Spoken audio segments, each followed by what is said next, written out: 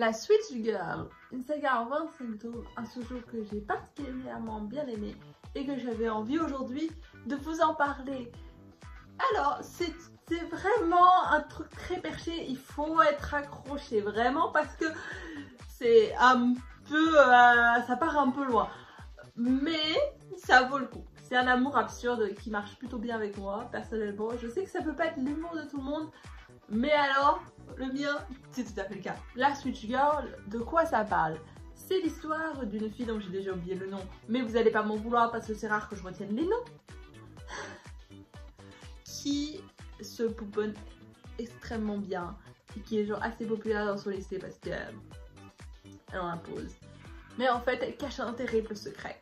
C'est une fille qui finalement, quand elle est à la maison, et ben, elle est toute plaparde, elle se tient pas droite, elle pète, elle a aucune restriction sociale quand elle est chez elle et elle est elle-même en fait d'une certaine manière. Mais ces deux parties d'elle, donc autant celle qui se poponne que autant celle qui se relâche, sont la même personne finalement.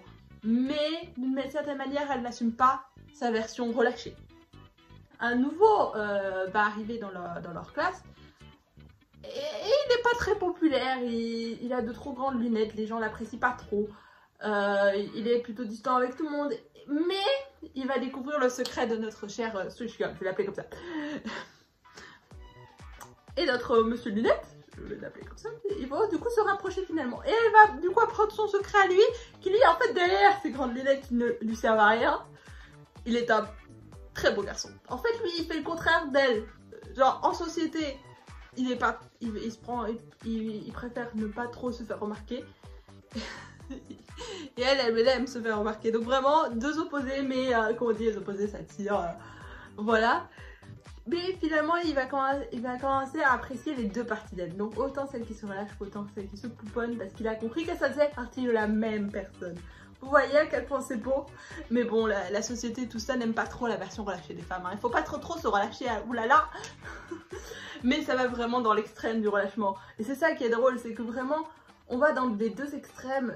Mais finalement je me suis beaucoup reconnue dans cette Switch Girl parce que pourquoi j'aurais pas le droit de péter parce que je suis chez moi? Pourquoi j'aurais pas le droit de faire ci parce que je suis une femme? Pourquoi je devrais toujours être parfaite aux yeux des autres? Pourquoi j'ai pas le droit d'être mal coiffée aujourd'hui? Je comprends pas, voilà, c'est vraiment genre, tu te poses des questions, voilà. Bon, quand je dis que c'est un peu perché, c'est que c'est perché. Par contre, ça va un peu loin des fois, mais voilà. Faut juste être bien accroché parce que bon, ils vont sortir ensemble suite à un enlèvement et à une scène un peu légèrement bizarre. Donc je pense que si vous avez apprécié Horimiya parce que c'est à la mode et que tout le monde aime bien, je pense que vous aimerez bien aussi la Switch Girl parce que ça va beaucoup plus dans l'extrême qu'Horimiya. C'est-à-dire qu'Horimiya ça se retient énormément. Et enfin voilà, je trouve que c'est vraiment genre ils essayent de quand même d'essayer d'appliquer ça à la société. J'ai l'impression qu'ils sont vraiment, qu'ils se retiennent de faire des choses. Alors que la Switch Girl, ils se retiennent, il n'y a rien qui est retenu, hein. C'est ça va vraiment dans l'extrême et c'est ça qui est drôle. Parce que je trouve que du coup dans Horimiya, où pour moi c'est pas assez drôle parce que ça va pas dans les extrêmes, mais voilà. Puis il se tourne un peu trop longtemps autour, ça m'énerve moi quand il se tourne autour pendant 6 tomes, j'en ai marre en fait. Sortez ensemble en fait, on le sait que vous vous plaisez. Avancez, bougez-vous un peu. Bon, on n'est pas là pour parler d'Horimiya, mais je voulais faire une parenthèse parce que je sais que tout le monde en parle et que tout le monde m'apprécie et c'est pour ça que je vous dis que si vous aimez bien Horimiya, je pense que vous aimerez bien aussi la Switch Girl. Voilà.